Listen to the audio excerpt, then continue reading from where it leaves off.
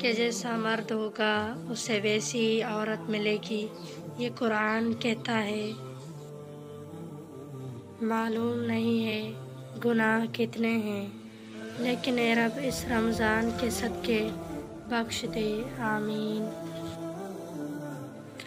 روزے جتنے بھی مشکل کیوں نہ ہو، رمضان کا اختتام بہت اداس کر دیتا ہے۔ سحری کی رونق، افطاری کی برکت، عبادتوں کا مزہ، سب رمضان کی بدولت تو ہے۔ اللہ پاک ہماری تمام عبادتیں، نیکیاں قبول فرمائے، آمین۔ روزہ سخت نہیں ہوتا اور ہو ہی نہیں سکتا سخت۔ اللہ کی محبت میں ہم اتنا صبر تو کر سکتے ہیں۔ یہ بھوک پیاس، یہ سختی تو ایک سعادت ہے، جو وقت روزے میں گزرے وہی عبادت ہے۔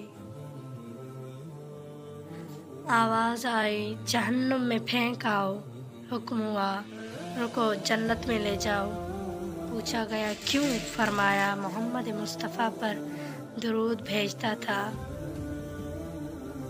عبادات ضرور کیجیے مگر معاملات پر بھی توجہ دیں۔ کعبے کے چکر لگانے سے لوگوں کو دیے ہوئے چکر معاف نہیں ہوتے، ان کو دی ہوئی تکلیفیں اللہ معاف نہیں کرتا، کیونکہ اللہ کہتا ہے مجھ سے معافی مانگنے سے پہلے جا کے اس سے معافی مانگو جسے تو نے تکلیف اور دکھ دیا ہے۔ کبھی آنسو، کبھی سجدے، کبھی ہاتھوں کا اٹھ جانا، تنہائی کی دعاؤں میں بڑا مزہ آتا ہے۔ اگر لوگ آپ کو ضرورت کے وقت یاد کرتے ہیں تو برا مت مانیں، انہیں مطلبی نہ کہیں، کیونکہ چراغ کی ضرورت ہمیں اندھیرے میں ہی پڑتی ہے۔ طاقتور کا نقصان نہ کیجیے، وہ آپ کی دنیا خطرے میں ڈالے گا۔ کمزور کا نقصان نہ کیجیے، وہ آپ کی آخرت خطرے میں ڈالے گا، کیونکہ اس کمزور کا اللہ کے سوا کوئی مددگار، کوئی سہارا نہیں ہوتا۔ جہاں نماز پڑھو اس جگہ تھوڑی دیر بیٹھ جایا کرو تاکہ بدن کے تمام حصوں میں سکون پیدا ہو جائے، پھر نماز کے لیے کھڑے ہو جاؤ، اس طرح کہ یہ خیال کرو کعبہ تمہارے سامنے ہے، پل صراط تمہارے پاؤں کے نیچے، جنت تمہارے سیدھے ہاتھ کی طرف اور جہنم تمہارے الٹی طرف، اور موت کا فرشتہ تمہارے پیچھے کھڑا ہے، اور یہ سمجھو تمہاری آخری نماز ہے۔ فضول خیالات سے نجات ملے گی۔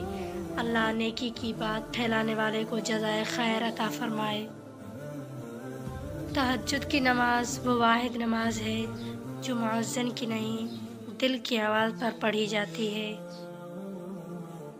مکافات عمل، کسی کو اذیت دینے کے بعد بہتر یہ ہوگا کہ تم بھی اپنی باری کا انتظار کرو،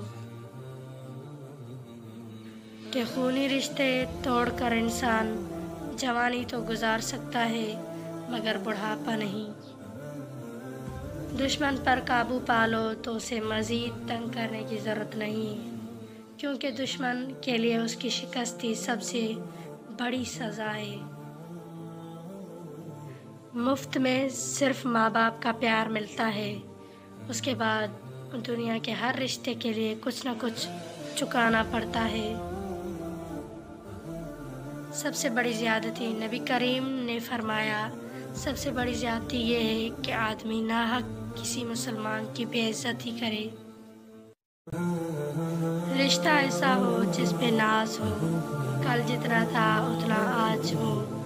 رشتہ صرف وہ نہیں ہوتا جو غم یا خوشی میں ہی ساتھ دے، بلکہ رشتہ تو وہ ہوتا ہے جو ہمیشہ اپنے پن کا احساس دے، اپنے رشتہ داروں اور خاص کر کے رشتے کا خیال رکھے۔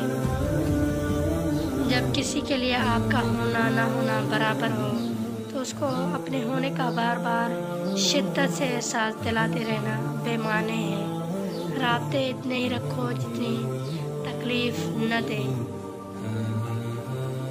مجھے زندگی میں قدم قدم تیری رضا کی تلاش ہے، تیرے عشق میں اے اللہ مجھے انتہا کی تلاش ہے۔ میں گناہوں میں ہوں ڈوبا ہوا، میں زمین پر ہوں گرا ہوا، جو مجھے گناہوں سے بری کرے، مجھے اس دعا کی تلاش ہے۔ میں نے جو کیا وہ برا کیا، میں نے خود کو خود ہی تباہ کیا۔ جو تجھے پسند ہو اے اللہ، مجھے اس عطا کی تلاش ہے۔ اگر آپ کو ہماری اسلامک ویڈیو پسند آئی تو